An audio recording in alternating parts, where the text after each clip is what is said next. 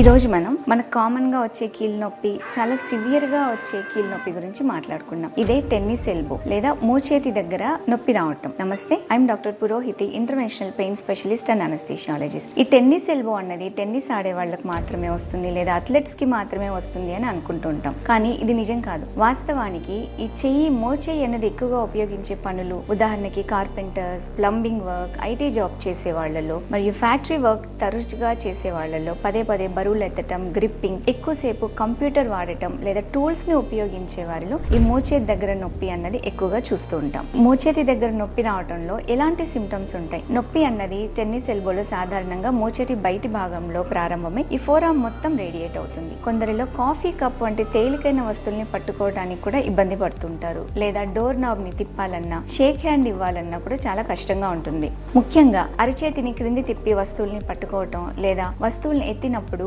నొప్పి అన్నది తీవ్రంగా ఉంటుంది. ఈ నొప్పి వల్ల హ్యాండ్ గ్రిప్ అనేది తగ్గి వస్తువుల్ని గట్టిగా పట్టుకోవటం కానీ లేదా వాటిని పట్టుకొని మోయాలన్నా కూడా పెయిన్ అన్నది ఎక్కువగా ఉంటుంది. మోచేతి బయట ఎముక భాగం అన్నది నొక్కినప్పుడు విపరీతమైన నొప్పి అండ్ ఈ మోచేయి అన్నది ఎక్కువగా స్టిఫ్ అవ్వటం, ముఖ్యంగా ఉదయం అన్నది ఈ మోచేయిలో స్టిఫ్నెస్ ఎక్కువగా చూస్తూ ఉంటాం. గుడ్ న్యూస్ ఏంటంటే ఇదంతగా భయపడాల్సిన కండిషన్ కాదు, కానీ ఈ నొప్పిని భరించడమే కొంచెం కష్టం. ఈ టెన్నిస్ ఎల్బోని ఎలా తగ్గించుకోవచ్చు? మోచేతి కీలికి మొదటిగా రెస్ట్ ఇవ్వాలి. ఫిజియోథెరపీ చేయటం, కరెక్ట్ మెడిసిన్స్ వాడటం ద్వారా నొప్పిని తగ్గించవచ్చు.